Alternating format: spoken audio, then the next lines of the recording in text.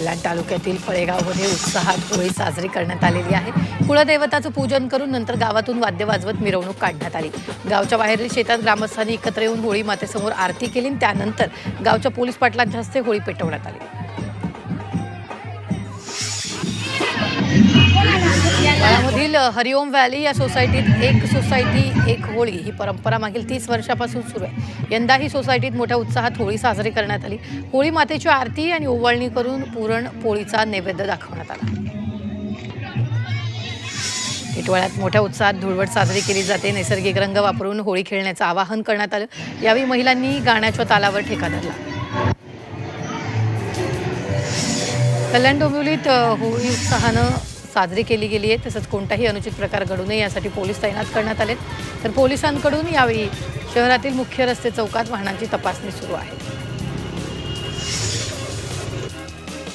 होळीचा उत्साह केवळ तरुणाईमध्येच नव्हे तर ज्येष्ठ नागरिकांमध्ये दिसून येतोय। शिवाजी पार्कच्या आजी आजोबा उद्यानात गाण्याच्या तालावर डान्स करत ज्येष्ठ नागरिकांनी धुळवडीचा आनंद घेतला। यावेळी त्यांच्यातील उत्साह हा तरुणाईलाही लाजवणार आहे।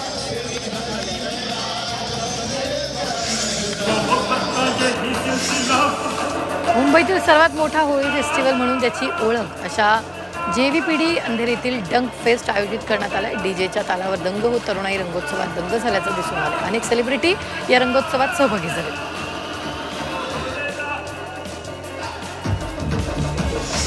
जितने बेरोजगार युवक आहेत तर आदिवासींना हक्काचं पाणी न मिळू दिल्यास वन विभागाचं कार्यालय घेरू असा इशारा बच्चू कडूंनी सरकारला दिला। मेळघाट संघर्ष यात्रेत कडूंनी हा इशारा दिला। आदिवासींना अजूनही पाण्यापासून वंचित राहावं लागत असल्यानं बच्चू कडू यांनी आक्रमक भूमिका घेतल्याचं पाहायला मिळालं। सोनिया गांधींनी पंतप्रधान नरेंद्र मोदींवर टीका केली। इराणचे सर्वोच्च नेते खामेनीच्या हत्येनंतर भारतानं मौन का बाळगलंय असा सवाल त्यांनी उपस्थित केला।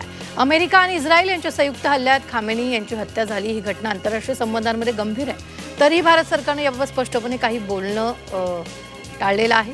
हे मौन त्या दुःखद घटनेचं मौन सहमती दाखवते अशी टीका सोनिया गांधींनी केली आहे। मुंबई महापालिकेत 56,000हून अधिक पदं रिक्त असल्याची माहिती आहे। यापैकी 9,000 पदांची भरती प्रक्रिया केली जाणार असल्याची माहिती प्रशासनाने दिली।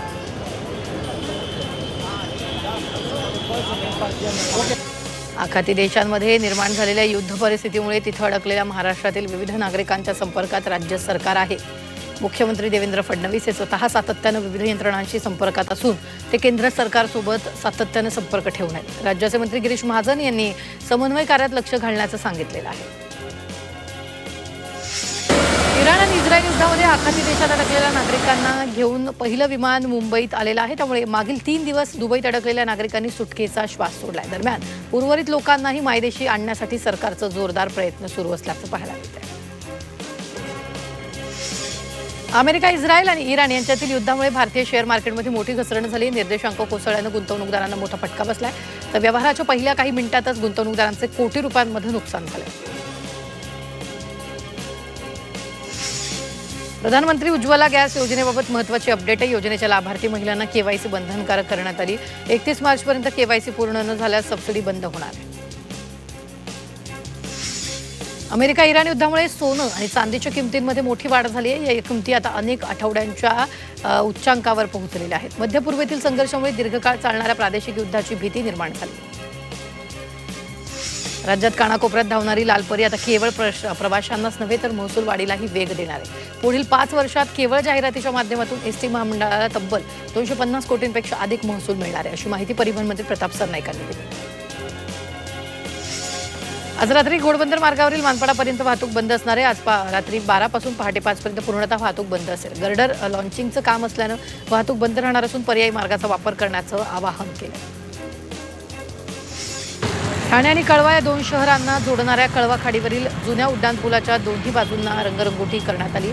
मात्र या रंगोत्सवात पादचाऱ्यांच्या मूलभूत सुरक्षेचा विसर पडल्यानं दिसून येत आहे। पुलावरील पादचारी मार्गाची अवस्था अत्यंत दयनीय असून ठिकठिकाणी गटारींची झाकणं तुटलेली आहेत। गोरेगाव पश्चिम पत्राचाळ पुनर्विकासाअंतर्गत म्हाडाच्या मुंबई मंडळाच्या 2343 घरांच्या सोडतीची प्रतीक्षा लांबली। आगामी सोडतीतून घरं वगळली असून घरांचं काम पूर्ण होण्यासाठी 4 वर्ष किंवा त्यापेक्षा अधिक कालावधी लागण्याची शक्यता असल्यानं या घरांचा समावेश सोडतीत न करता 1 वर्षाच्या कालावधीत पूर्ण होणाऱ्या घरांसाठी सोडत काढण्याचा निर्णय मंडळानं घेतला।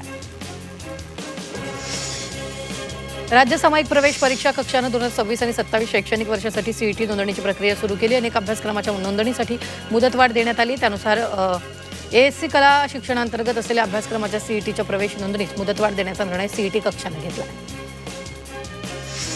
प्रदूषणाच्या प्रश्नामुळे हैराण झालेल्या मुंबईकरांना तात्पुरता दिलासा मिळाला. पश्चिमकडून पूर्वेकडे वाहणाऱ्या वाऱ्याचा वेग वाढल्यामुळे मुंबईची हवेची गुणवत्ता सुधारली आहे. हवेचा गुणवत्ता निर्देशांक समाधानकारक श्रेणीत नोंदवण्यात आला आहे.